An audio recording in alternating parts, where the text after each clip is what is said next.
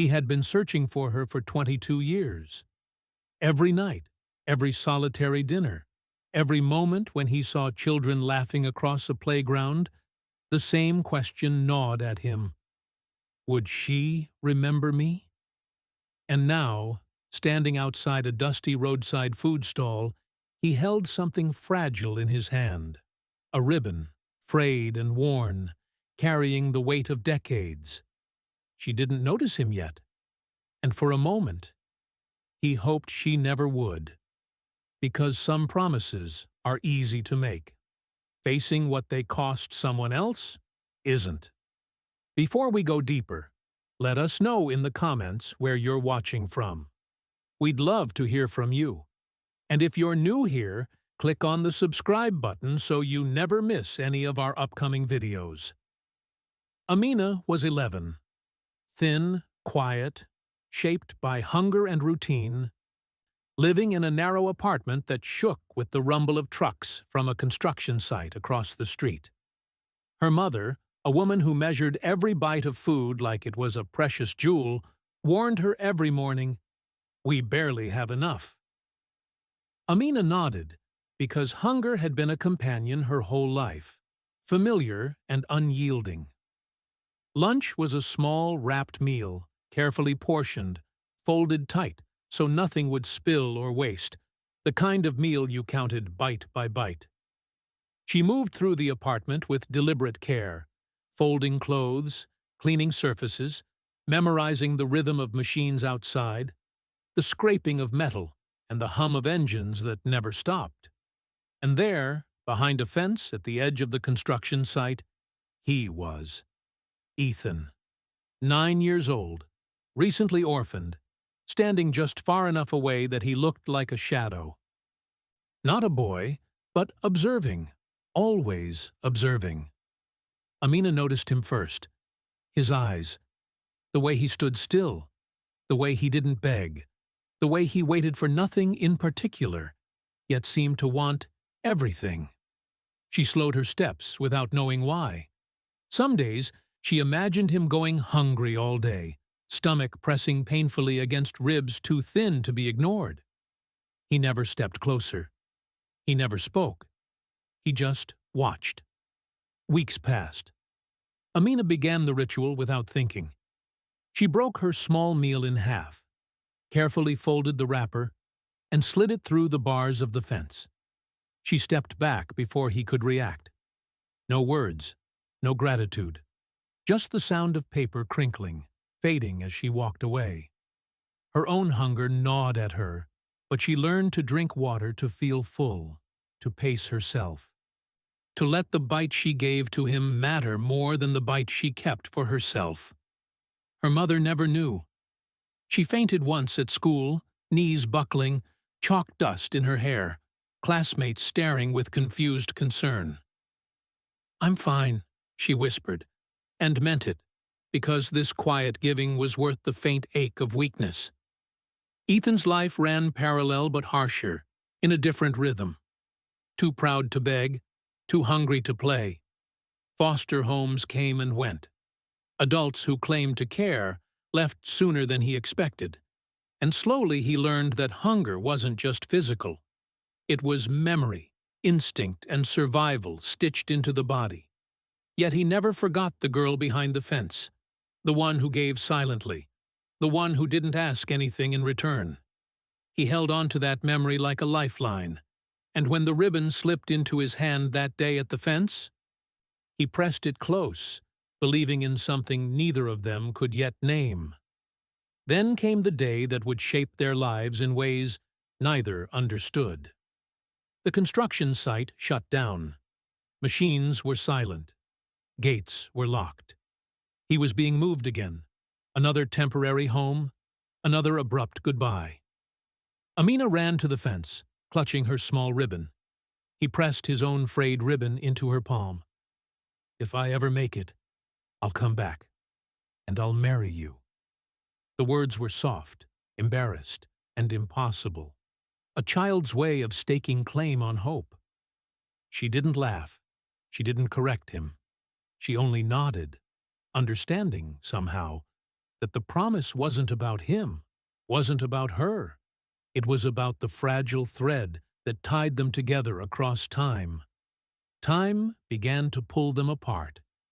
Amina finished school late, worked to support her mother, hid the ribbon in a tin under her bed, never told anyone. Ethan drifted from foster home to foster home, losing the ribbon, searching for years. Did the promise shape them or trap them? Amina ran a small food stall, feeding others automatically, never expecting thanks, telling herself it probably didn't matter. Ethan achieved financial success, but his penthouse echoed with silence, meals left unfinished, ribbons tucked away without explanation. Some gifts don't change your life. They change who you become. Recognition didn't come at first. He saw the ribbon before her face. Time melted. Wealth became meaningless. He was 9 again, behind the fence, heart racing. She remembered feeding him, not the promise. "I didn't do it for you," she said softly. He wanted to give her everything, but she resisted. Dignity mattered more than reward. Gratitude could become heavier than kindness. Finally, he apologized, not for being late, but for assuming she had waited. The promise was reframed, not marriage, not money, but presence. They chose a future undefined, honest, fragile, and real. Some gifts don't change your life. They change who you become. Think about it. If you were her, would you have waited? And if you were him, would you have come back? Like this video if it stayed with you, and subscribe to Folktales by FM channel that speak out stories that don't shout, they stay. Amina had learned early that the world moved loudly, but she would survive quietly. Her apartment, perched on the edge of a construction zone, vibrated with the rhythm of machines from dawn to dusk. Metal clanged, tires screeched on gravel, the smell of fresh concrete and wet dust hung in the air. Clinging to her hair, her clothes, even the folds of her small bedspread. Her mother moved through the space with a slow efficiency, folding shirts, wiping counters, counting coins in a way that made every cent feel heavier than it was. "We barely have enough," she said again that morning, and Amina nodded, understanding that hunger wasn't just something that emptied her stomach. It shaped her every movement, every thought, every choice. At 11, Amina was small for her age. Her hands were calloused from chores, her knees scraped from climbing the stairwell outside their apartment to fetch water or sweep the thin balcony. She had learned the weight of responsibility long before she understood friendship or love. Yet, amid the dust and noise, she noticed him. Ethan, 9 years old, thin and quiet, standing behind a fence at the edge of the construction site. She noticed the way his eyes followed the workers, the lunch boxes, the scraps tossed aside. He never asked for anything. He just watched. Amina didn't know why she cared. Some mornings, she ignored him completely, focusing on her small meal of rice and dried fish. But other days, she tore her bread in half, wrapped it in paper, and slipped it through the fence. Her hands shook, and her stomach ached as she walked away before he could look up. Some days, she imagined his stomach growling, his ribs pressing painfully under thin clothes, and it was enough to make her ignore her own hunger. Once, she fainted at school. Her knees buckled, chalk dust in her hair, the teacher staring in confusion. "I'm fine," she whispered, though she wasn't. She got back up, knowing that no one would see her small sacrifices as heroism. It was just survival. Ethan's life was different, but the weight was the same. He had been recently orphaned, shuffled from one foster home to another, learning quickly that adults' promises were fragile, like paper in rain. Hunger lived in him, not just in his stomach, but in the way he watched, waited, and memorized. He learned early how to stretch each bite, how to hide when food was scarce, how to pretend that he didn't notice when others ate more. And yet, when Amina slipped him half her meal through the fence, he did not beg. He did not grab it. He took it with solemn patience, learning that kindness, though rare, carried weight. It was a gift he could not repay, but he carried it anyway.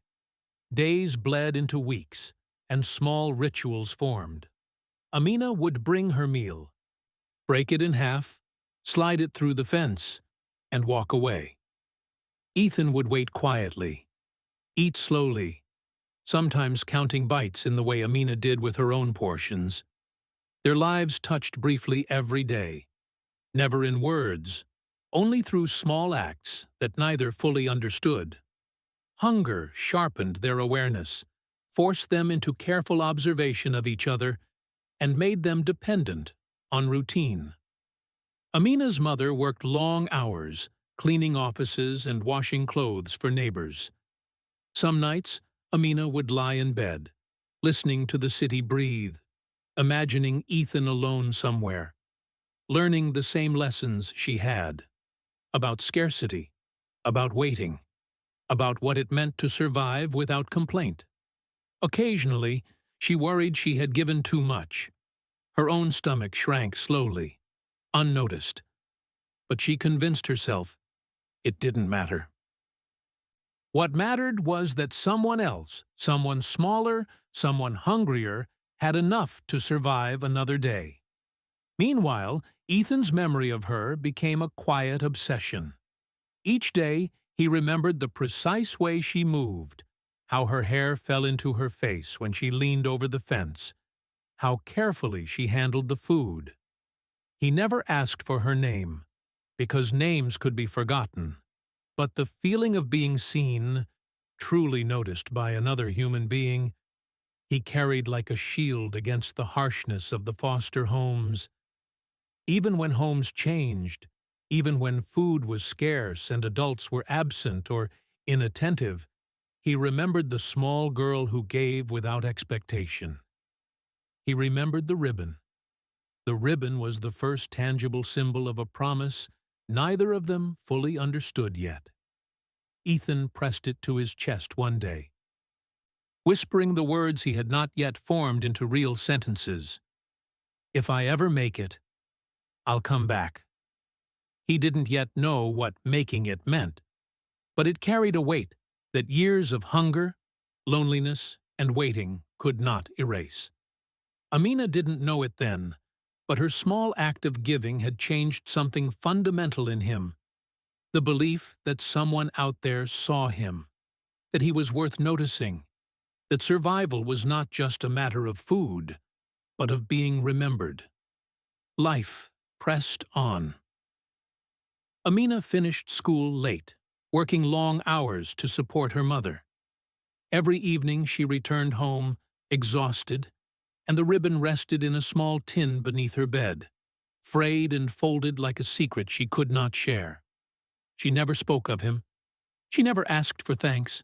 She only kept the memory, as one keeps a candle in a dark room, quiet, fragile, but alive.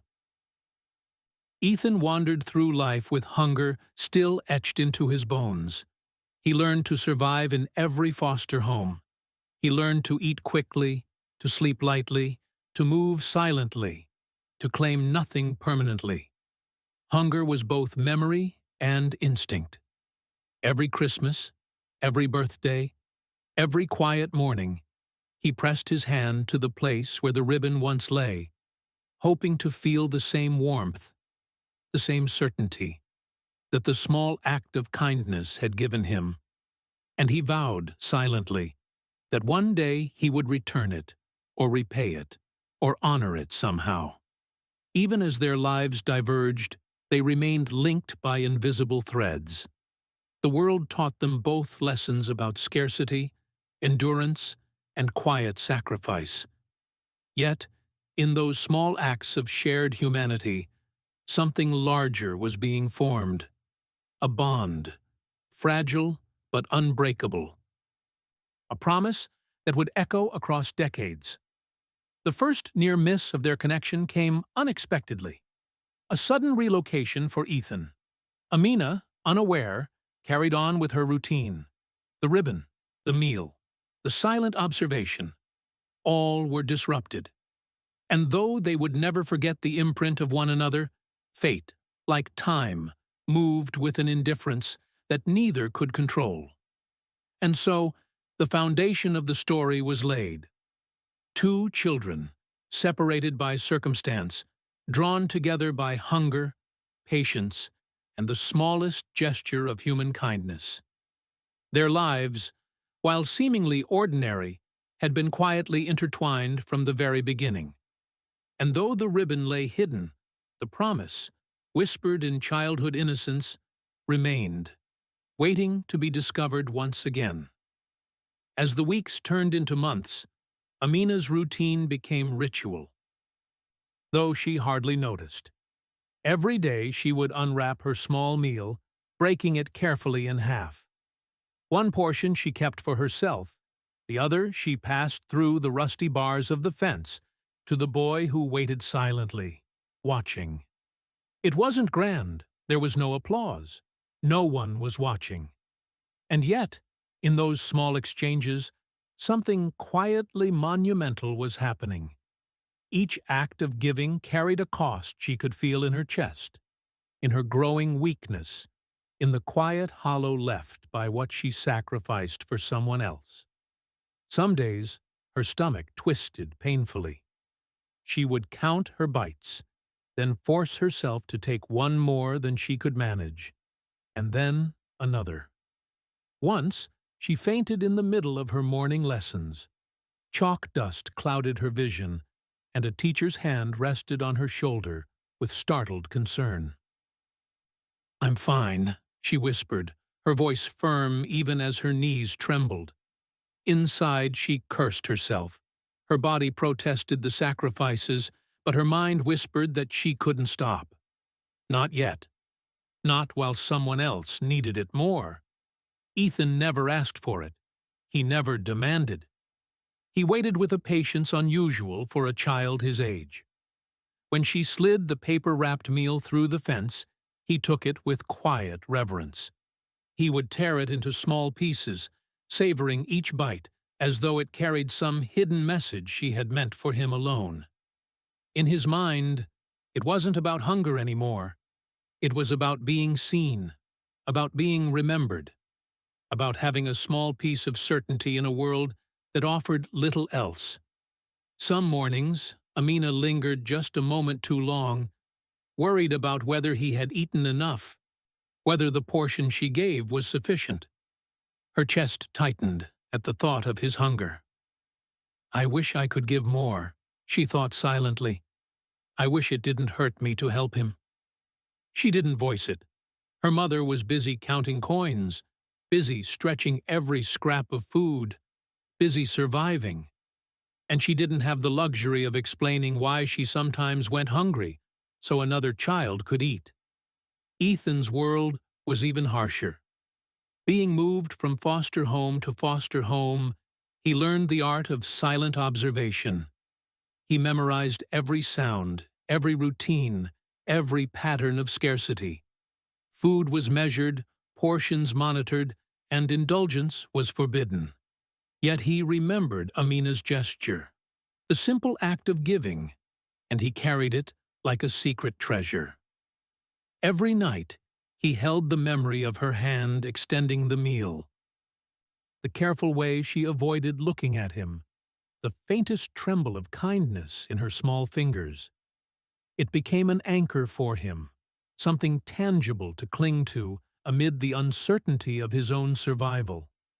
The days of sacrifice continued, marked by subtle shifts. Amina's hair grew slightly thinner, her cheeks hollowed, but her resolve strengthened. She learned to endure the hunger quietly, to step around the gnawing emptiness as though it were a shadow she could avoid. Yet, there was a strange satisfaction in seeing him eat, in knowing that even if the gesture was invisible to the world, it mattered to someone. And in the quiet, she began to sense that giving, even at a cost, shaped her in ways she didn't yet understand. One evening, after a particularly grueling day, Amina collapsed onto the small mattress in her apartment. Her stomach ached. Her muscles trembled, yet her thoughts lingered on Ethan. She thought of him hunched behind the fence, eyes wide, expression unreadable, watching her walk away. She thought about the quiet patience in his movements, the way he never demanded more than she could give. She realized then that kindness had consequences, not just for the receiver, but for the giver. It carved into her body, etched into her mind, left traces she could neither ignore nor erase. Ethan, miles away in yet another temporary home, pressed his hands over his stomach and remembered the meals she had given him. He didn't understand why he carried the memory so vividly, why it stayed with him even when hunger was gone and his body had begun to grow. He only knew it mattered. The small, silent exchanges had created a bond, delicate yet unbreakable, formed not by grand gestures or loud words, but by the quiet recognition that someone else had seen him, had acknowledged his existence. Months turned into a year, and Amina continued to grow weaker, though she never stopped. Her mother noticed the slight thinning of her daughter's arms, the faint shadow under her eyes, but Amina brushed it off with a smile. "I'm fine," she said again, the words rehearsed and automatic. And in her heart, she knew it was true in a way her mother couldn't see. She was fine, because she was doing the right thing, even if it hurt. Ethan's memory of her, and of the ribbon, became an obsession. He replayed every detail in his mind, remembered the way her hair caught the sunlight, the soft crinkle of the wrapper, the faint scent of bread and dust. Even as he moved through the cold, indifferent world of foster care, even as he learned to guard himself against disappointment, he carried the hope that one day the girl who had given him food in secret would somehow matter again, that the ribbon would resurface, that the promise, unspoken but understood, would find its fulfillment. And so the story of their lives, though separated by distance and circumstance, continued to unfold in parallel. Every act of kindness, every moment of endurance, every small sacrifice became part of a larger pattern neither fully understood. The ribbon, frayed and simple, was no longer just a piece of fabric. It had become a symbol of survival, of memory, of hope, and of a bond that defied years and distance. In these formative years, both Amina and Ethan learned lessons that would echo through their entire lives. Amina learned that giving, even when it hurt, was a choice worth making. Ethan learned that being seen, truly acknowledged by another human being, could sustain you even when the world seemed determined to erase your existence. And while they didn't yet realize it, those lessons would shape every decision they made, every path they took, and every heartbeat when the moment of reunion finally arrived. For now, though, the world remained indifferent. The construction site roared with its usual noise. Foster homes came and went. Hunger lingered. Hope was fragile. And between the two children, a ribbon carried a promise that neither fully understood, but both would never forget. Time has a way of stretching moments that should last forever, and it has a way of compressing years into a blink. For Amina and Ethan, that day at the construction site was both.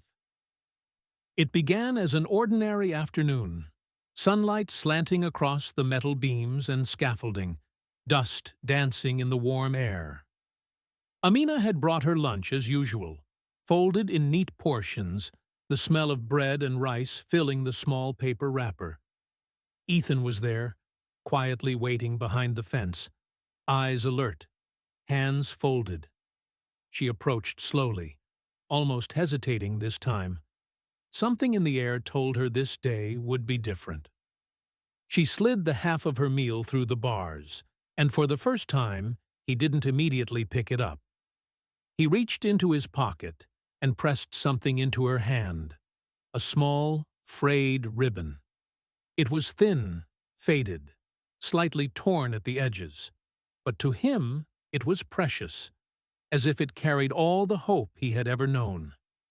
He looked up at her, his dark eyes wide, serious beyond his 9 years. "If I ever make it, I'll come back, and I'll marry you." The words hung in the air. Amina froze, not sure how to respond. Marriage? A promise?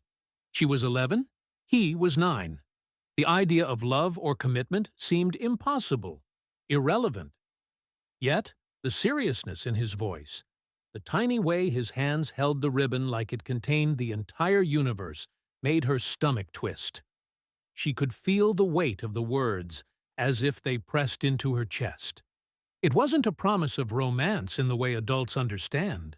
It wasn't about wealth or comfort. It was about belief, about survival, about a connection formed in shared struggle and hunger. It was a child's understanding of loyalty, an unspoken agreement that if the world were cruel, they would hold on to each other anyway. Amina looked down at the ribbon in her hand. It felt alive, pulsing with memory, the moments of hunger, the secret meals, the quiet glances exchanged over the fence. She wanted to laugh, to brush it off, to tell him he didn't need to promise such things. But she didn't. Something inside her recognized the weight of his words. She pressed the ribbon back into her fist, nodding silently. No words passed between them, only the small acknowledgement that they understood, in their own fragile way, what had been promised. And then, as quickly as it had arrived, the ordinary world returned. The trucks rumbled, dust fell like tiny crystals in the sunlight, and the construction site carried on as if nothing extraordinary had happened. Yet for Amina and Ethan, everything had changed. The ribbon was no longer just a piece of fabric. The words were no longer just the utterances of a child. They had become a seed, planted quietly, that would grow into years of hope, obsession, and longing. Ethan pressed the ribbon into his chest before leaving that day. He didn't know how he would keep the promise, didn't know if he even could. But he understood, in a way that only a child in survival mode could, that this small act of declaration mattered.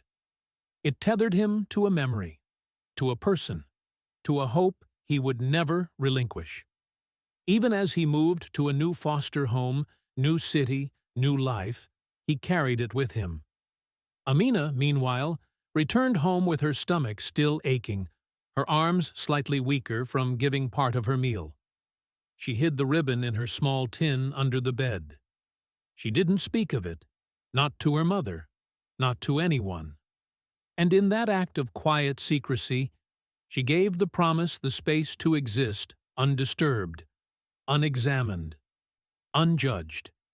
It could grow without interference, a delicate thread stretching into a future neither of them could yet see. The days that followed were filled with ritual again. Meals broken, shared, taken, and memories pressed into the quiet corners of their minds. But now, each exchange carried the added weight of the promise.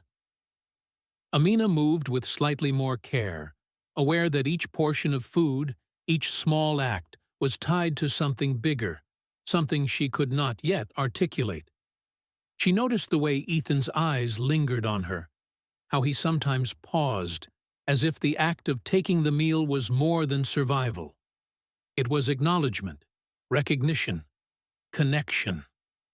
Ethan replayed the words in his head at night, again and again. "If I ever make it, I'll come back, and I'll marry you." He didn't yet understand what making it meant. Was it surviving foster homes?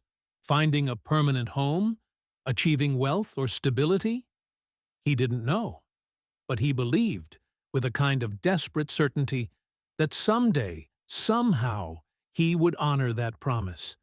And even in the darkest nights, when hunger clawed at him, when he felt invisible and unworthy, he pressed the ribbon to his chest and felt the tether of hope. Months turned into years, and the promise grew heavier, though no one else could see it. Amina finished school late, worked to help her mother, hid the ribbon, never spoke of the exchange. She told herself it didn't matter, that kindness was simply what she did, and that promises made by children were fragile and fleeting. Yet, unconsciously, she was tied to it, her identity shaped by the memory of a boy who needed her, who had trusted her with the impossible. Ethan, scattered among foster homes, carried his version of the promise as both burden and lifeline. He imagined Amina, her quiet face, her careful gestures, and he vowed silently that he would return, that he would repay the gift in a way that mattered. He didn't yet understand the years of struggle that would come between them. He didn't know that the world would force him into nearly abandoning hope, that time itself would test his memory, his patience, his will to survive. But the promise anchored him. And so, that day, a simple exchange at the fence, a ribbon passed, words whispered, became the axis on which their lives would spin. Neither child understood fully the gravity, the years, the waiting, or the near misses that lay ahead. They only knew the moment was sacred, and in that quiet understanding, they planted a seed of hope. Invisible yet enduring, that would one day demand attention, reckoning, and reunion. The weight of promises made in childhood, small acts of courage, and silent sacrifices is something only time can reveal. And though they couldn't see it yet, that day had set the course for decades to come. A simple ribbon, a whispered vow, a boy and a girl separated by circumstance, but bound by something that no distance or hunger could ever sever. Time has a way of moving forward, whether we are ready or not. The construction site that had witnessed their quiet exchanges shut down one morning without warning. The trucks, the dust, the clanging metal, all gone. Amina arrived at the fence that day, carrying her small meal, and found only silence. Ethan had been moved again, whisked away to a new foster home in a city that seemed bigger and lonelier than anything she could imagine. No goodbyes, no note, no promise of return, only the memory of a boy who had pressed a ribbon into her hand and whispered words that felt impossible, even in the innocence of childhood. Amina's life shifted quietly, but drastically. She finished school later than many of her peers, working in small cafes, helping her mother, learning the weight of responsibility that comes from being forced to grow up before the world is ready to let you. Every night, she would take out the small tin under her bed, open it carefully, and run her fingers over the frayed ribbon. She remembered feeding him, remembered the way his small hands had held hers, but the words of the promise, marriage, returning someday, blurred in her mind. She told no one. Not her mother, not friends, not even herself. It was a secret, a thread of her childhood that existed only in memory and quiet reflection. Meanwhile, Ethan's life was no less harsh, though it moved to a different rhythm. Foster home after foster home, a constant shuffle of strangers and schedules, meals that were adequate but never generous, teachers who overlooked him, adults who moved on faster than he could form attachments. He learned to live in shadows, to survive without expecting kindness.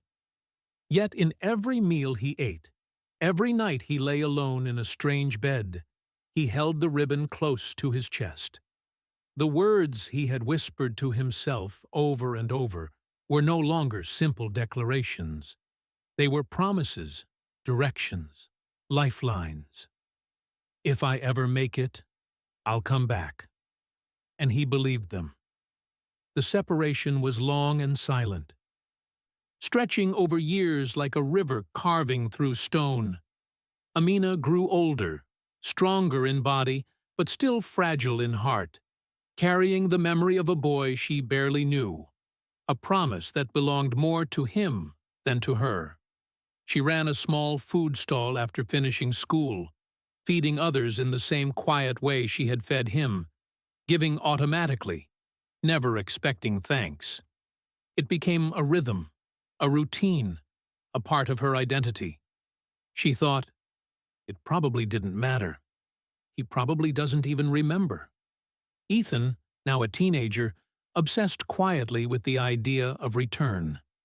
Every city he passed, every foster home he left, he wondered if she had remembered.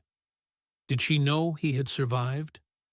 Did she know he had not forgotten the ribbon, the meals, the small acts of recognition that had saved him? Hunger had become memory. Survival had become hope. And he carried it like a weight, pressing him forward even as his body grew taller, his face older than his years, his mind sharp with the knowledge that if he wanted to honor the promise, he had to endure. Years stretched on. Amina, now in her late teens, continued to carry the ribbon in secret, hidden beneath the folds of her clothes, in the small tin beneath her bed. It was a talisman, a reminder of who she was and what she had done.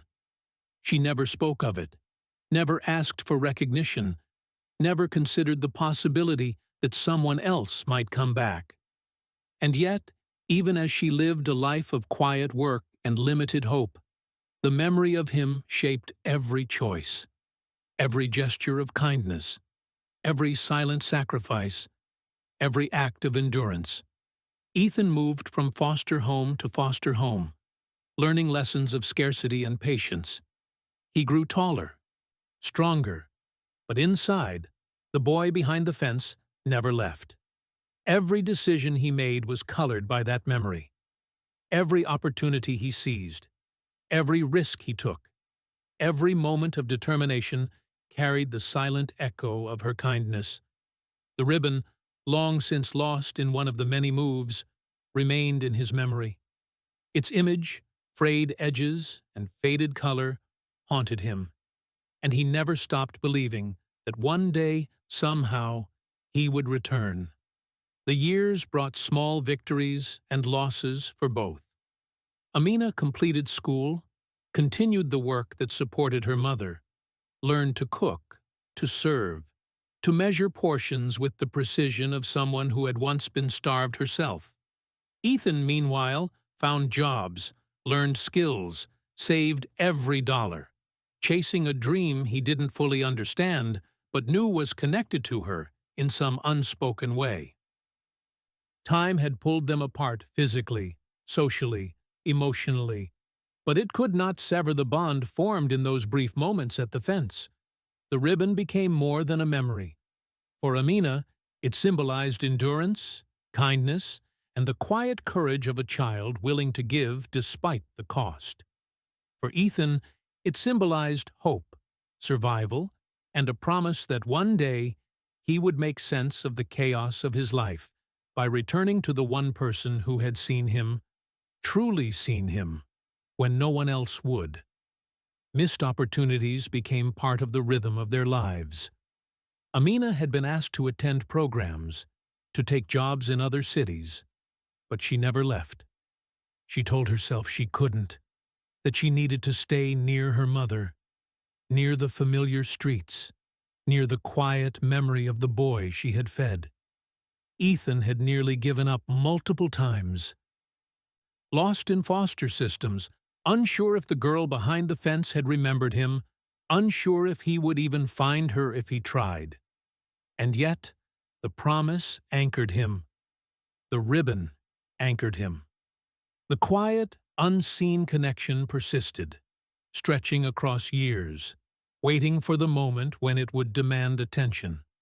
In those years, both learned lessons that would last a lifetime, that kindness carries cost, that memory can sustain hope, that survival often requires patience beyond reason, and that some promises, made in the innocence of childhood, can echo through decades.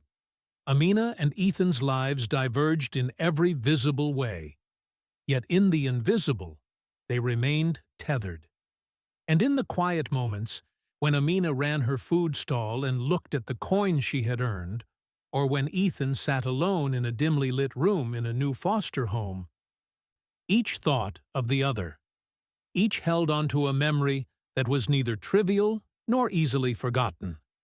Each knew, without saying so, that their lives were quietly intertwined by a ribbon, a meal, and a promise that had begun behind the bars of a rusty fence. Years had passed. The separation had been long, silent, and sometimes almost unbearable, but neither forgot. And though the world pressed forward, indifferent, both Amina and Ethan carried the invisible thread that would one day lead to recognition, reconciliation, and the profound realization of what it meant to endure, to hope, and to return. Time moves differently depending on where you stand.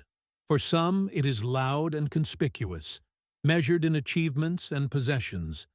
For others, it is quiet, measured in small acts of endurance and subtle moral victories. Amina and Ethan, separated by circumstance, but tethered by a ribbon and a promise, experienced these realities on opposite ends of that spectrum. Amina, now in her late 20s, ran a small food stall in a busy neighborhood. The smell of sizzling rice and grilled vegetables filled the narrow alleyway every morning. She knew the rhythms of the streets, the vendors who arrived late, the children who waited impatiently for breakfast, the old men who tipped with coins collected over days. She fed others automatically, without expectation, without complaint. In her mind, these acts were ordinary, routine, almost invisible. Yet each meal she served carried the weight of her own history. The days she had shared her meager lunches with a boy behind a fence, the faint memory of his solemn eyes, the secret ribbon hidden beneath her bed. It probably didn't matter, she told herself, though a small part of her wondered if it did. Her body had grown stronger from years of labor, but her heart carried quiet scars. She remembered hunger, fainting at school, the long evenings when she had counted coins, stretched every bite of food, and endured the ache of giving more than she had. She had survived, yes, but the cost of kindness, the quiet sacrifices made in shadows, had left traces that no time could erase.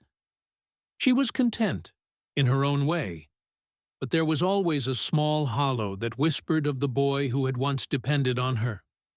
Meanwhile, Ethan had grown into the world differently. Success had followed him, though it was not without struggle.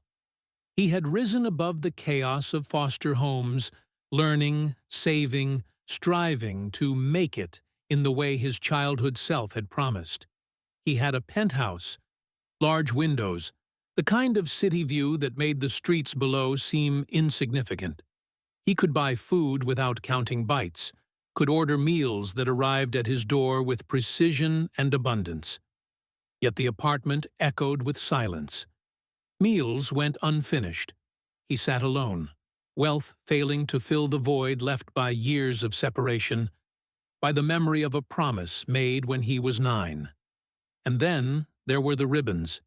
He began keeping old ribbons everywhere, drawers, coat pockets, notebooks, without realizing why.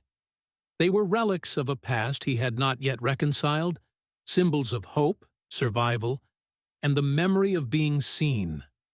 Sometimes he would stare at one for hours, tracing the frayed edges with his fingers, wondering how something so small could carry the weight of decades. It was a reminder that success, without recognition or human connection, was hollow. That the promise, though unfulfilled, had shaped his choices, his ambitions, and his very existence. The contrast was stark. Amina's life, humble, filled with the quiet dignity of labor, the daily struggle to sustain others, was rich in ways money could never measure. Ethan's life, outwardly impressive, gleamed with accomplishment, yet lacked the grounding, the quiet fulfillment that comes from giving freely without expectation. And though neither could fully articulate it, both carried the invisible threads of their shared history, invisible to the world, but palpable in the corners of their lives. For Amina, the memory of giving to Ethan never faded, though she buried it deep. She didn't know if he remembered, if he had survived, if the ribbon or the promise still existed in his life. And she told herself not to hope. Hope could be dangerous. Yet every meal she served, every act of kindness, whispered of that first exchange, of the small girl and boy who had discovered the importance of noticing, giving, and enduring. For Ethan, the cost of time was louder. The world had rewarded him materially, yet emotionally, he remained tethered to a memory, haunted by absence. Each success reminded him of what he lacked. Not wealth, not status, but the presence of the girl who had once given half her lunch. Every decision, every achievement carried the silent question, "If I find her, what will it mean?" And so the ribbon, once a small piece of fabric, became a symbol larger than life itself. For Amina, it was endurance, quiet dignity, and sacrifice. For Ethan, it was hope, purpose, and the promise that life could be more than survival. It could be repayment, recognition, and presence. As the years stretched onward, subtle regrets accumulated alongside the triumphs. Amina sometimes wondered if the boy had survived, if he had made it, if he remembered her at all. She never sought out answers. She simply continued her life, feeding others automatically, hiding the ribbon beneath the folds of her modest belongings. Each day was routine, yet filled with invisible echoes of the past. Ethan, meanwhile, became obsessed with the idea of return. He hired people, checked records, chased every vague lead, and yet, as the years passed, those leads dwindled into frustration and doubt. He wondered if the promise had been foolish, if the girl had forgotten, if the ribbon had been lost forever in time's indifferent current. And still, he could not let go. The memory demanded action, tethered him to a destiny that had not yet arrived. The emotional contrast between them, quiet regret and loud success, was the essence of their journey. Amina's life was rich in humility, experience, and the profound weight of selfless giving. Ethan's life was rich in achievement, material abundance, and restless ambition, yet haunted by absence. Both had learned the same lesson in different ways, that time shapes us, that survival demands endurance, and that promises made in childhood carry weight far beyond the moment they are spoken. And in these reflections, the audience is drawn into the tension. What if the person you are trying to repay does not want repayment? What if success, without human connection, feels meaningless? How much of our lives is shaped by memory, by promise, by the invisible threads of kindness given and received decades before? The years continued to pass, and each step, each meal, each ribbon, each silent recollection carried them forward toward a meeting neither fully understood. Time had stretched between them, but it had not broken them. The memory of giving, the experience of survival, and the promise whispered at a fence remained alive, shaping their identities, guiding their decisions, and preparing them for the moment when all those years, sacrifices, and unspoken connections would finally converge. And so, the stage was set. The contrast between their worlds, Amina's quiet, uncelebrated endurance, and Ethan's ostentatious, hollow success, created a tension that could not be ignored. The audience, witnessing the invisible pull between them, understands that the cost of time is measured not just in years, but in hunger, longing, sacrifice, and hope. And with each passing moment, the anticipation grows. When will the ribbon be reunited with the hands that first held it? When will the promise find its reckoning? And what will it take for them to finally confront the invisible thread that has held them together for decades? Ethan had built a life of achievement, but the weight of a childhood promise never left him. The ribbon, once frayed and delicate, had long since faded in his memory, but it had never truly disappeared. He could feel it in his chest, a quiet pulse that reminded him of what mattered. And what mattered, more than money, more than recognition, more than success, was finding her. The small girl who had once given him half a meal, who had held his gaze with quiet understanding, who had accepted a promise he did not yet know how to keep. Years passed. He moved cities, changed addresses, built businesses, amassed wealth, but none of it bridged the emptiness left by her absence. His life was full of achievements, yet every accomplishment carried the silent question: did it matter if she ever knew? That question drove him, kept him awake at night, and propelled him into action that no money could expedite. He hired people, private investigators who promised results, scoured public records, and chased every rumor that might lead him to her. But the search was maddening. Records were incomplete. Names had changed. People had moved.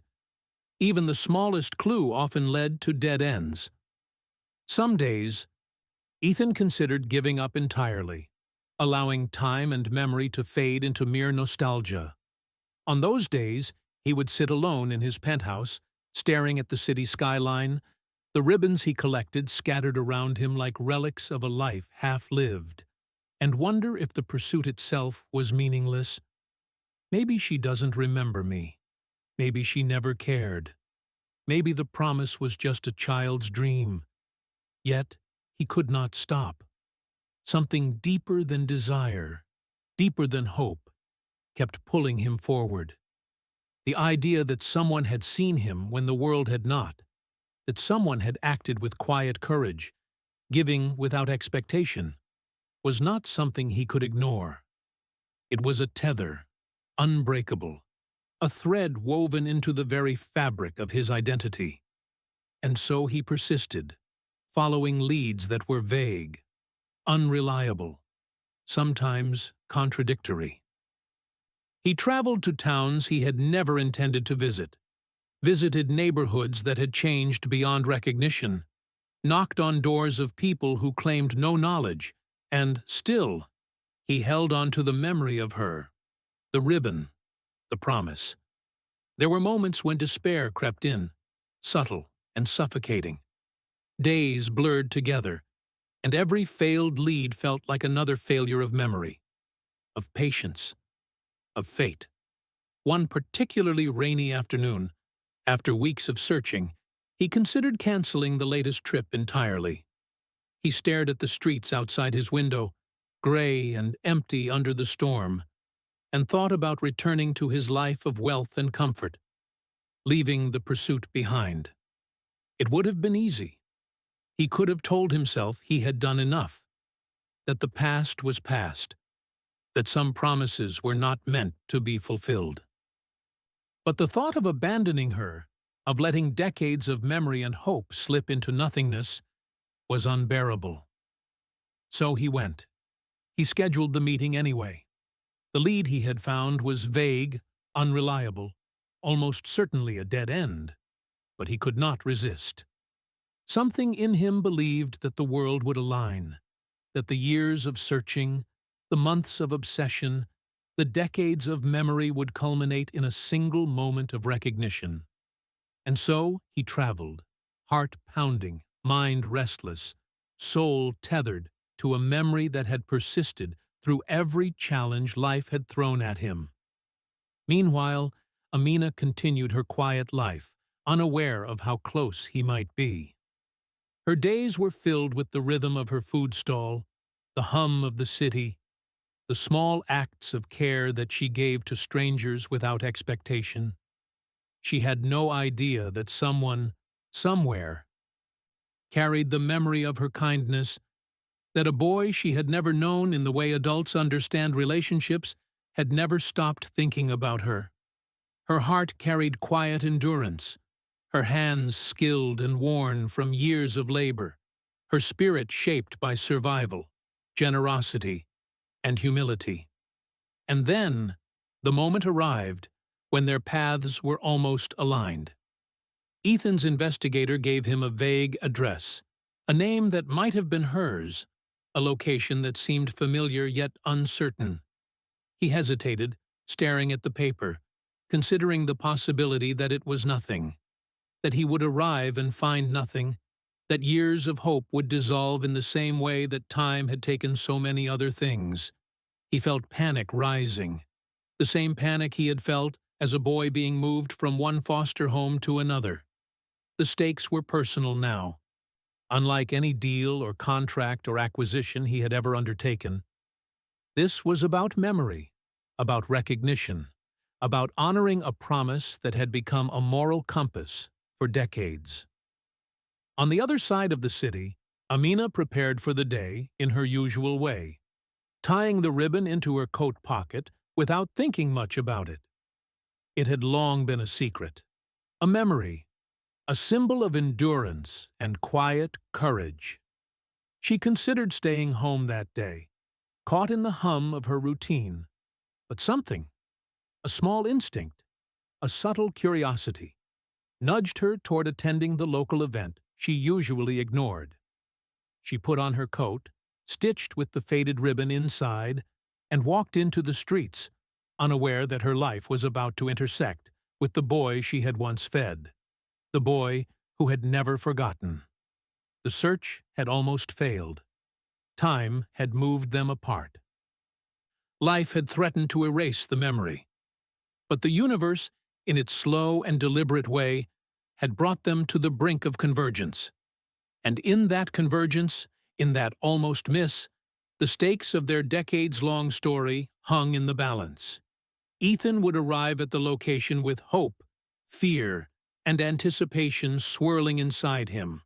Amina would be there by instinct, unaware of the significance of the day, unaware that a childhood promise was about to demand its reckoning. The audience feels the tension. Years of searching, hope, and near misses have led to this point. The ribbons, the memory, the promise, all have converged in a moment of almost collision. The stakes are emotional, psychological, moral. The question remains, will finding her change anything? Will she remember? Will the ribbon still hold meaning after decades? Or has time transformed the promise into a relic, beautiful but powerless? And as Ethan steps into the street, following a vague lead, as Amina walks toward the same event, tying the ribbon into the folds of her coat, the tension stretches, unbroken, ready to snap. Every heartbeat, every step, carries the weight of the past, and every viewer is left wondering, how close can time allow them to come before fate intervenes? The streets were crowded, the noise of the city humming like a restless heartbeat. Ethan's car moved slowly through the late afternoon traffic, each red light and honking horn stretching the tension in his chest.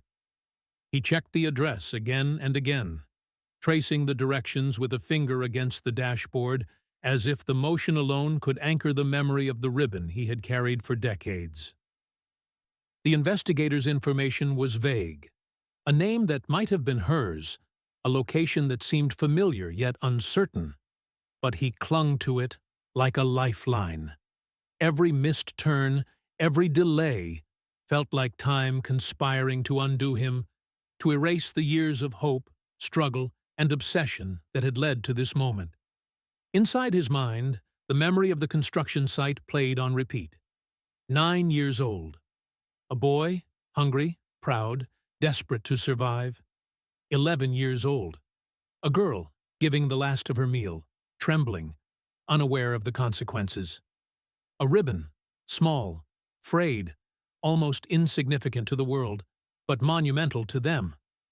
Every decision he had made since then, every step toward success, every sacrifice, had been guided by that memory, that promise. And now, for the first time in decades, he could see it materializing in the form of a vague lead. A single day, a single moment that could redefine everything. But fate has a way of testing patience.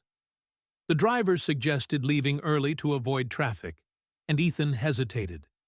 Every instinct in his body urged him to leave, to turn back, to avoid disappointment. The rational voice whispered, "Maybe this isn't her. Maybe it never will be." He considered canceling the trip entirely, convincing himself that hope was a fragile, dangerous thing. And yet, something stronger, deeper, unyielding, kept him seated, kept him moving forward. The promise had anchored him for decades. He would not abandon it now. Meanwhile, Amina walked along the same streets, oblivious to the presence of the boy she had once fed, the boy who had vowed to return. She had tied the ribbon into her coat pocket that morning without thinking, a small, subconscious gesture of memory and continuity. The local event she was attending had been optional, something she could have ignored, but for reasons she could not explain, she had chosen to go. Instinct nudged her forward, guiding her steps as if some invisible force were shaping her path. She paused at the corner, hesitated, then moved on, weaving through the crowd, unaware that her life was about to intersect with a memory decades old. The city moved around them, indifferent, bustling, unaware of the gravity of the moment. A missed turn for Ethan could have ended everything. A hesitation by Amina could have kept them apart. Every ordinary action, stepping over a puddle, pausing to adjust a coat, checking a phone, had the power to erase decades of hope and memory. And yet, some threads of fate are persistent. Some ribbons, frayed and faded, refuse to vanish. Ethan's car slowed at the intersection. He caught sight of a figure ahead, a woman moving with a rhythm that felt familiar, almost imperceptibly so. He squinted, heart thundering, every muscle in his body taut. The coat, the movement, the faintest recognition. The ribbon pressed against her chest through the folds of fabric, tugged at something inside him. And yet, the crowd was thick, the timing imperfect, the seconds stretching like hours. He feared it was a trick of memory, a shadow of hope forming in the wrong place, at the wrong time. Amina paused, considering whether to enter the event or return home. The ribbon brushed against her fingers. Something about the day felt heavier than usual, more charged. Her intuition whispered that something extraordinary was happening. Though she did not yet know what, she stepped forward, taking the path that would bring her into the crowd, moving unknowingly toward the man who had carried her memory across decades. Ethan's heartbeat matched the rhythm of the city around him. Every honk, every shouted instruction, every pedestrian stepping into the street became a drumbeat of anticipation. He imagined the boy he had been, standing behind the fence, looking at her with eyes wide, hungry, and full of trust. That boy, desperate to be seen, had never imagined that the promise he whispered into her hand would echo for decades. But it had. And now, all the searching, all the near gives-ups, All the years of quiet obsession came down to this intersection, this moment, this almost miss. She was almost gone. She could have turned right, left, paused, or retraced her steps. A slight hesitation, a small misstep, and he might have driven past without ever realizing who she was. Yet something compelled her forward, a combination of instinct, memory, and the invisible thread that connected them. The ribbon pressed against her pocket reminded her, though she did not understand why. It guided her steps, and in that guidance lay the fragile hope that the past could reconcile with the present. For Ethan, the near miss stretched time into an eternity. The city blurred. Every movement of the crowd seemed designed to test him, to delay the moment he had been anticipating for decades. He wanted to stop, to turn back, to convince himself that hope was too fragile to endure. But he could not. The memory of hunger, of a small girl's kindness, of a promise made under impossible circumstances, propelled him forward. He would not fail her. He could not. And then, in that stretch of seconds that felt like hours, their paths nearly converged. The ribbon pressed against her chest, almost visible. He slowed, squinted, recognition hovering at the edge of perception. She paused, instinct nudging her to turn, to adjust, to move in a way that might have erased him from her memory. But it did not. Fate, fragile yet persistent, held its course. Their lives, shaped by years of separation, endurance, and hope, were about to intersect. The almost miss is the tension that stretches the audience taut. Every heartbeat, every hesitation, every step matters. How many lives hinge on one ordinary decision? How many years of hope can unravel in a second, or snap into recognition? The ribbons, the memories, the promises, they have endured time, distance, and circumstance. And now, after decades, the almost miss gives way to the possibility of recognition, the threshold of reunion, the moment when past and present collide. The audience waits, breathless, knowing that the moment of recognition is imminent. Ethan inches closer, eyes locked on a figure that seems impossibly familiar, yet so ordinary in the rush of the city. Amina steps forward, unaware, hands brushing the ribbon inside her coat pocket, the memory of a boy she fed decades ago guiding her. The tension stretches until every second feels like a lifetime. And in that quiet, fragile, perfect tension, the story reaches the brink of revelation. The almost miss that tests fate, patience, and the weight of memory. The audience feels it, the characters feel it, and the moment before, recognition pulses with decades of emotion, sacrifice, and hope. The city moved around them, loud and indifferent, but for Ethan and Amina, the world seemed to fall into a quiet stillness. Every horn, every shout, every footstep blurred into the background. His eyes were fixed, scanning, searching, every heartbeat hammering with anticipation. The ribbon pressed against her chest, small and frayed, invisible to everyone but him, drew his gaze with the magnetic pull of memory. He saw it before he saw her face. And in that moment, something inside him froze. Time compressed, decades collapsing into seconds. The boy who had been 9 years old, desperate, proud, and hungry, stood again behind the fence, and the memory surged forward with the force of a tidal wave. The ribbon was more than a piece of fabric. It was a portal, a key, a signal that the person he had searched for, thought about, longed for, and never forgotten, was standing there. Alive, present, real. Amina reached into her coat pocket to adjust the ribbon, unaware of the weight it carried for him. Her fingers brushed against it, tracing its worn edges and something inside her stirred, a faint, unexplainable recognition, a ripple in memory that she did not yet understand. Her eyes flicked forward, scanning the crowd, and then they landed on him, and the world tilted. He froze first. Recognition hit him before he spoke, before he moved, before he could even breathe. The wealth, the success, the penthouse, the years of survival, all of it vanished in the instant he saw the ribbon. He was no longer a man with accomplishments and possessions. He was 9 again, standing behind a fence, hungry, proud, desperate, hoping to be seen. And now, decades later, he was. Amina's hand trembled slightly as she realized she was holding the ribbon he had given her all those years ago.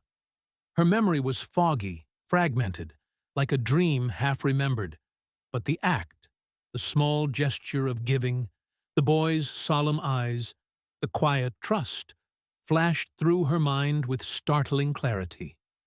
She did not yet remember the promise of marriage, the whispered words, but she remembered him.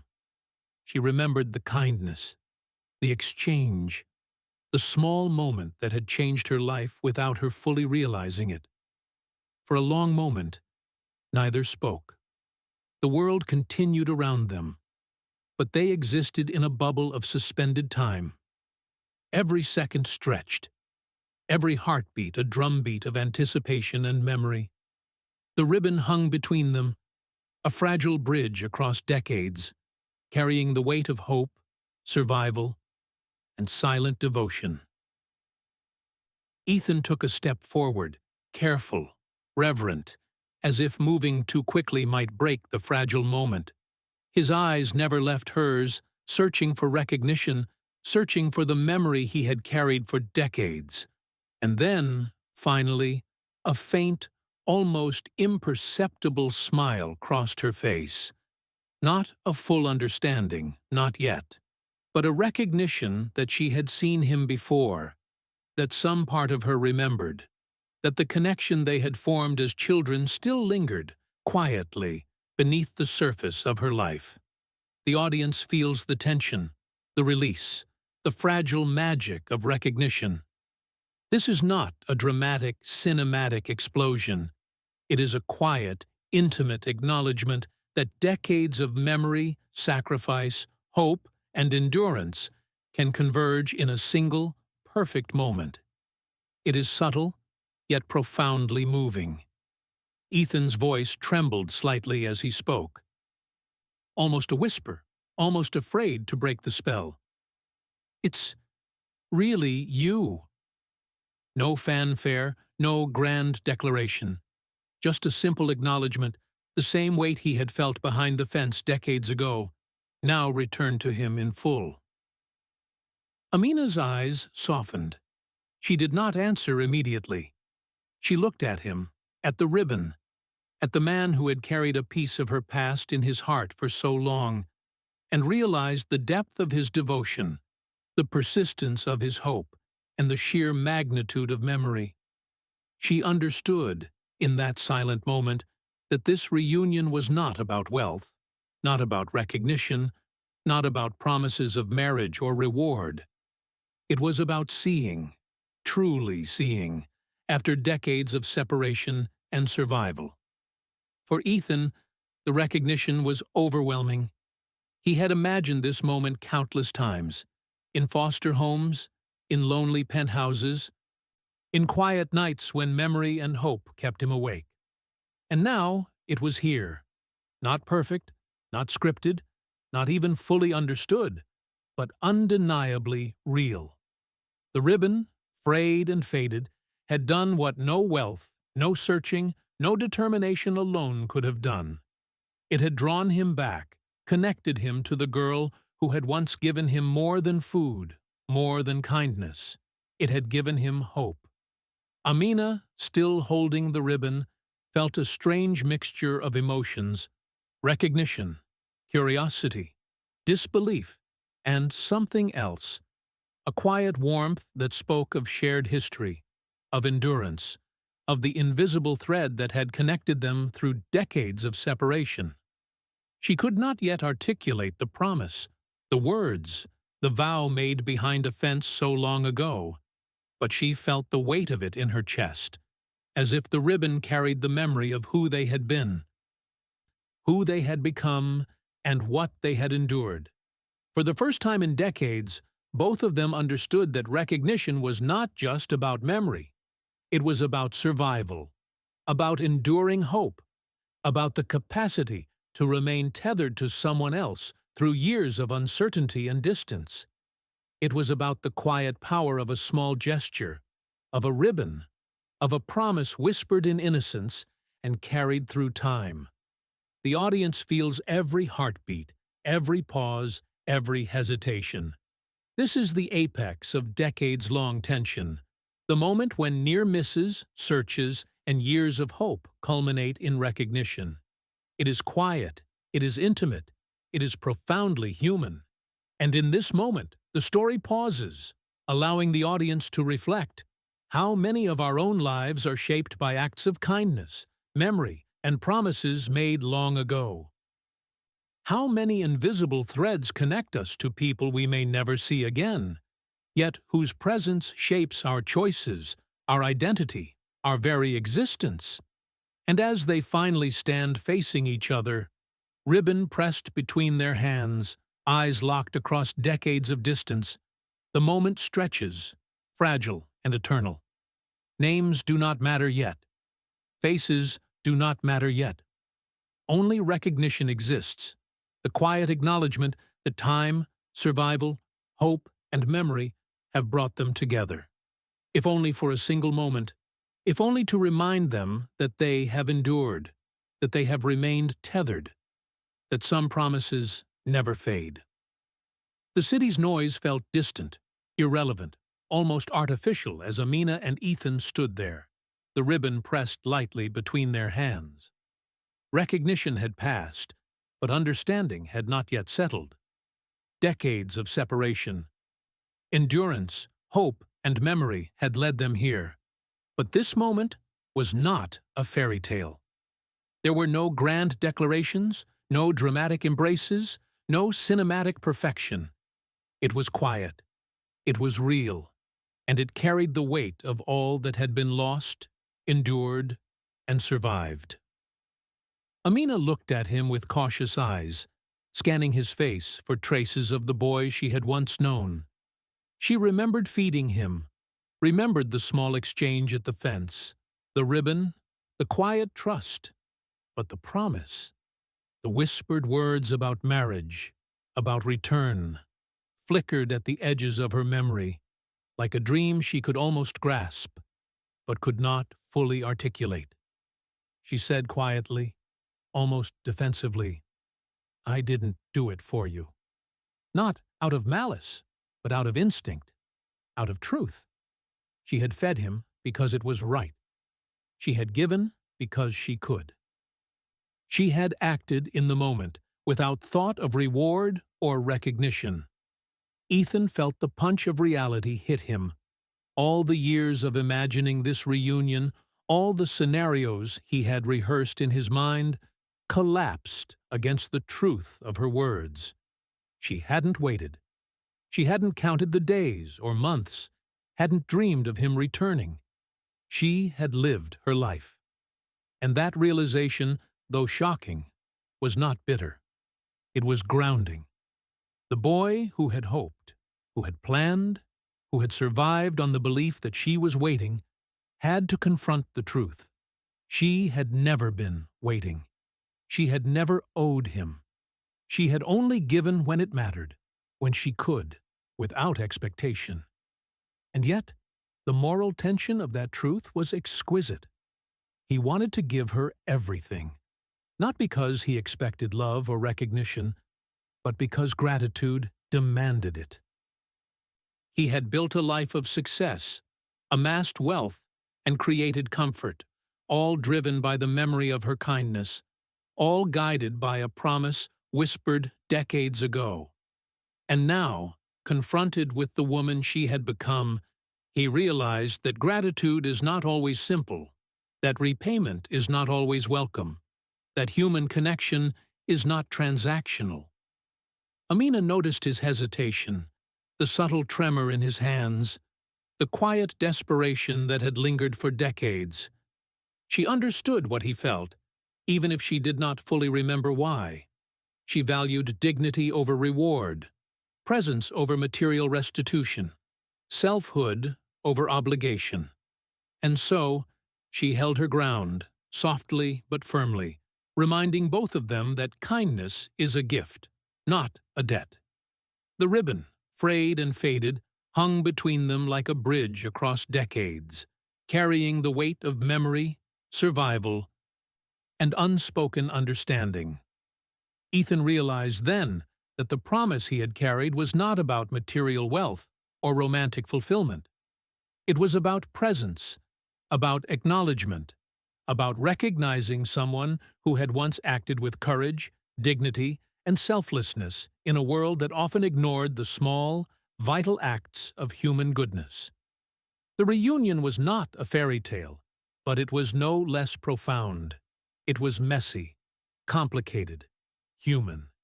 It required patience, humility, and understanding, the very qualities that had guided both of them through decades of separation and endurance. The tension hung between them, gratitude versus expectation, recognition versus autonomy, memory versus lived experience. The audience feels it too, because it mirrors their own lives. How often do we feel compelled to repay kindness? How often do we mistake obligation for connection? And how often does time reshape our understanding of promises made in innocence, transforming them into lessons we carry silently, long after the world has moved on? For Amina, the reunion illuminated her own journey. She had grown through decades of quiet giving, of selfless labor, of surviving hardship without complaint. She had fed others, helped strangers, endured scarcity, and carried a secret memory that had shaped her without her conscious awareness. And now, confronted with the man she had fed as a child, she saw the ripple effects of her actions, how her kindness had sustained him, guided him, and even shaped his achievements. But she also asserted her boundaries. Recognition did not mean obligation. Gratitude did not demand her sacrifice. Presence, honesty, and dignity mattered more than reward. Ethan, meanwhile, had to reconcile the weight of his own obsession, the decades of searching, the years of building success motivated by memory. He realized that finding her was not about repaying a debt or claiming recognition. It was about witnessing her life, honoring the person she had been, and acknowledging the human bond that had survived despite distance and time. He could not demand love, attention, or recompense. He could only be present, quietly, sincerely, and let the memory of their shared past speak for itself. The audience is drawn into this moral complexity, understanding that reunion does not erase time, that recognition does not guarantee resolution, and that kindness, though transformative, does not create obligation. Amina and Ethan face the profound human truth. Some connections endure silently, some promises guide behavior without explicit fulfillment, and the deepest forms of love and respect are often unspoken, unclaimed, and quietly recognized. In those moments, decades of longing, endurance, and hope converge. Amina sees the boy she fed all those years ago, not as a child, not as a symbol, but as a man who has carried her memory with him through a lifetime. Ethan sees the girl he believed was waiting, not as a naive child, not as a reward, but as a human being who acted with courage, dignity, and selflessness in a moment that would define both their lives. Recognition has passed. Gratitude is felt. And yet, the reunion is not neat. It is real. It is messy. It is profoundly human. They begin to speak quietly, cautiously. He apologizes, not for being late, not for hoping, not for surviving, but for assuming that she had been waiting, for assuming that the years of distance had left her heart tethered to him. She listens, softening, understanding that his apology is not about blame, but about acknowledging the weight of decades and the shared memory that had guided both their lives. And in that quiet exchange, the audience sees the truth. The ribbon was never just a piece of fabric. It was a tether across time, a symbol of endurance, a reminder of the human capacity to see, remember, and act with kindness. The reunion is not a fairy tale, but it is real. It is intimate, subtle, and profoundly moving. It challenges the audience to consider, how do we honor acts of kindness? How do we recognize those who shaped our lives? How do we reconcile gratitude with autonomy, recognition with respect, and memory with reality? In the end, the truth of the reunion is simple yet powerful. Amina and Ethan do not need a fairy tale. They do not need perfection. They need presence, honesty, and acknowledgement. The ribbon hangs between them, frayed but resilient, a silent witness to decades of endurance, hope, and human connection. And as they stand there, quietly, the audience is left with the profound understanding that life's most significant moments are rarely cinematic. They are intimate, morally complex, and deeply human. The ribbon lay between them, frayed, faded, carrying decades of memory, hope, and silent devotion. For a moment, neither moved, neither spoke, as if the years of anticipation had conspired to suspend them in a timeless bubble. Recognition had passed, yet the deeper understanding, the reconciliation, was only beginning. This was the moment when promises made in innocence collided with the complex realities of adulthood. Ethan exhaled slowly, feeling the weight of all those years lift slightly. He had imagined this reunion countless times, the boy behind the fence returning to the girl he had vowed to find, expecting gratitude, expecting recognition, expecting something almost romantic, almost magical. But life had tempered those expectations. He realized that the promise he had carried was not about material wealth, romantic fulfillment, or repayment. It was about presence, acknowledgement, and the endurance of memory across decades. He spoke, voice quiet, measured, almost reverent. I'm sorry. Not for being late. Not for hoping. Not for everything I've tried to achieve, but for assuming you were waiting. The words hung in the air, heavy with truth, with the humility of a man who had finally understood that survival, kindness, and memory are more profound than any reward. Amina listened, her fingers brushing the ribbon in her coat pocket. She understood what he meant without needing clarification. The girl who had shared her lunch with a hungry boy decades ago had grown into a woman who valued dignity over reward, presence over obligation. She had acted without expectation then, and she lived without expectation now. And she saw, for the first time, the boy who had carried that memory with him for decades, not as a debt owed to her, but as a compass guiding his life. The moral complexity of the moment was profound. Gratitude, expectation, recognition, obligation, all tangled together, yet unraveling in the quiet understanding that what mattered was not repayment, but presence. The promise, once whispered in innocence, had been reframed. Marriage, wealth, or obligation were irrelevant. What endured was connection, shared history, and acknowledgement of the human acts that had shaped them both. Ethan nodded slowly, taking in the truth. The life he had built, the wealth, the success, the obsessive searching, it had all been motivated by hope and memory. And now, confronted with reality, he understood that presence mattered more than achievement. Being here, being seen, being acknowledged, was the fulfillment of a promise he had misunderstood for decades. He didn't need to give her anything. He didn't need to compensate for lost years. He only needed to exist in the space of shared memory, quietly, sincerely, and fully. Amina, feeling the same truth, allowed herself a small smile. She had lived her life with quiet endurance, giving to others without expectation, surviving hardship, and carrying secret memories that had shaped her without fully realizing it. And now, confronted with the man who had once depended on her, she saw that the ribbon, the memory, the promise, had endured. But she also asserted her autonomy. Recognition did not demand obligation. Gratitude did not require sacrifice. Presence and honesty were sufficient.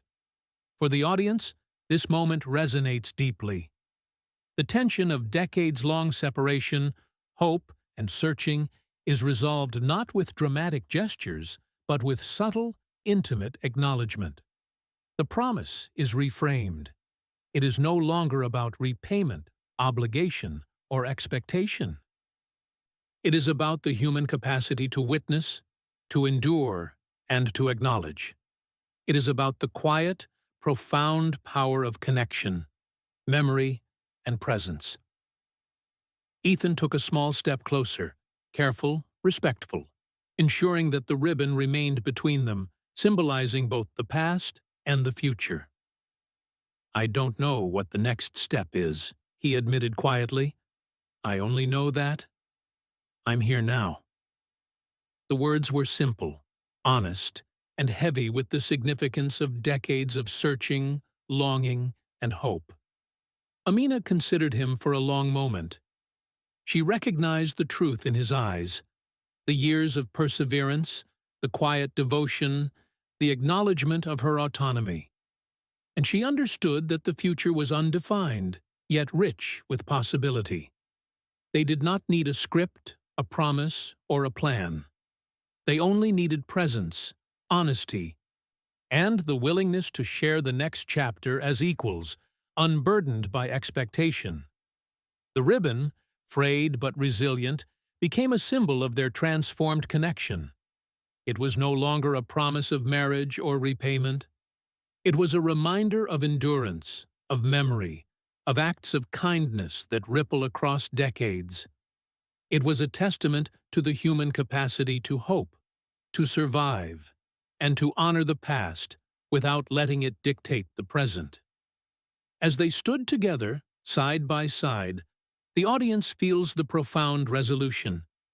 The tension of searching, hoping, and longing dissolves into quiet understanding. Recognition has passed. Gratitude is felt. Presence is shared. And in that shared space, the story reaches its moral and emotional apex. Life is not about fulfilling every expectation, repaying every kindness, or resolving every promise. Life is about showing up, acknowledging, and connecting in the ways that matter most. Ethan and Amina do not exchange grandiose gestures. They do not declare love or wealth or obligation. They share presence. They share understanding. They share the acknowledgement that decades of hope, kindness, and endurance have brought them here, and that the future, undefined though it may be, can be navigated together with honesty, dignity, and care. And for the audience, the lesson is clear. Promises may take decades to unfold. Acts of kindness ripple far beyond the moment they are given.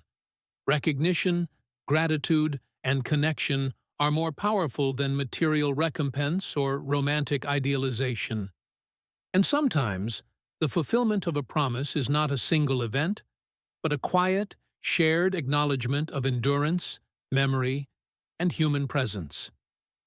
The ribbon, once a small piece of fabric, now hangs between them as a symbol of redefined promise, a bridge across decades of absence, and a reminder that life's most profound truths are often quiet, subtle, and deeply human. And in that quiet, they begin their next chapter, not bound by expectation, not dictated by the past, but guided by presence, honesty, and shared understanding. The ribbon had served its purpose. Decades of memory, hope, and perseverance had converged into this quiet, intimate moment of presence. Recognition had passed, promises had been reframed, and the future stretched before them, undefined, unburdened by expectation, yet brimming with possibility. And yet, even as the reunion reached its resolution, the story was not about dramatic gestures, grandiose declarations, or cinematic perfection. It was about something far subtler, far more profound, the way small acts of kindness ripple through time, shaping lives, hearts, and choices in ways that cannot always be measured or repaid. Ethan stood beside Amina, the weight of decades lifting slowly from his shoulders. He felt the years of searching, the loneliness, the obsession, the hunger for connection dissolve into the present. He realized that what had driven him for so long, the promise of return, the hope for repayment, the longing for acknowledgement, was never about her. It had been about understanding, accepting, and honoring the memory of a kindness given freely, without expectation. And now that understanding was complete. Amina, holding the ribbon, allowed herself to feel the magnitude of the moment. She had spent her life giving quietly, feeding others, surviving hardship, and carrying unspoken memories that had guided her choices without her conscious awareness. She did not need recognition, repayment, or reward. What mattered was that the connection existed, that the boy she had helped decades ago had carried her memory, and that, through that memory, they could stand together in the present without burden, expectation, or obligation. The quiet of the city pressed against them, a soft backdrop to their shared reflection. Every honk, every shout, every passing pedestrian seemed distant, irrelevant, almost reverent, as if the world itself recognized the magnitude of what had passed between them. It was a story that could not be told through spectacle, only through presence, observation, and acknowledgement. And in that observation, both understood the power of human connection. The quiet endurance of memory and the subtle beauty of acts that ripple far beyond the moment they are given. Ethan's voice, when he spoke, was low, calm, and infused with the weight of decades. "Some gifts don't change your life." He paused, letting the words settle, letting the audience and Amina feel their depth. "They change who you become." It was not about wealth, achievement, or recognition. It was about endurance, memory, and the quiet ways in which human kindness shapes our choices and identity. Amina nodded, a soft, almost imperceptible smile touching her lips. She understood what he meant, even if she could not fully articulate it herself. Acts of kindness, the ribbon, the promise. These were not transactional. They were lessons, guiding principles, invisible threads connecting people across time, space, and circumstance.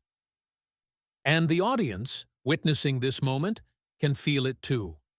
They can recognize the truth in their own lives, that quiet acts of generosity and presence often leave the most profound, lasting impact. The story lingers here, not with resolution in the traditional sense, but with reflection. What would it have meant if the ribbon had been lost? If Amina had stayed home that day? If Ethan had given up? These are not rhetorical questions. They are invitations to consider the fragility, persistence, and unpredictability of human connection. Every moment of hesitation, every small decision, every act of courage or kindness ripples outward in ways that are often invisible, yet fundamentally transformative. And then the story turns gently toward the audience, as if to ask, if you were her, would you have waited? And if you were him, would you have come back? It is not an easy question. It is not meant to be answered quickly or simplistically. It invites introspection, empathy, and reflection on the ways in which our own lives are shaped by memory, kindness, and enduring hope. The ribbon, frayed but resilient, becomes a metaphor not only for their lives, but for the audience's own experience of connection, obligation, and presence. The story's conclusion is deliberate, intimate, and morally resonant. It does not shout, it does not dramatize, it does not provide a tidy fairy tale. Instead, it offers subtle understanding, quiet reflection, and profound human resonance.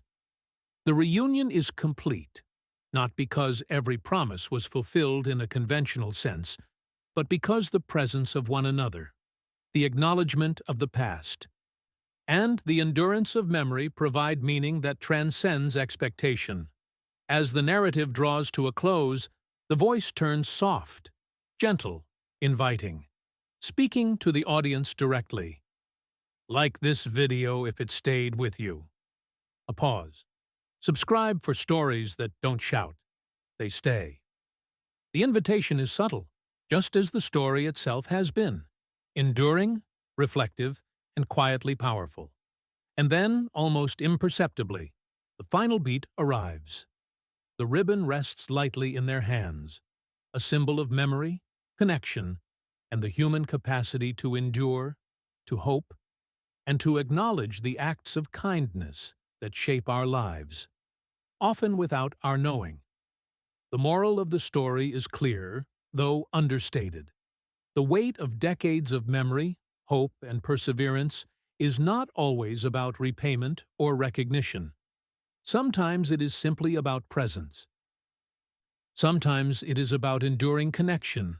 Sometimes it is about witnessing the impact of small, selfless acts and understanding that they ripple far beyond the moment they occur. And for the audience, that truth lingers, quiet yet powerful, inviting reflection long after the story has ended.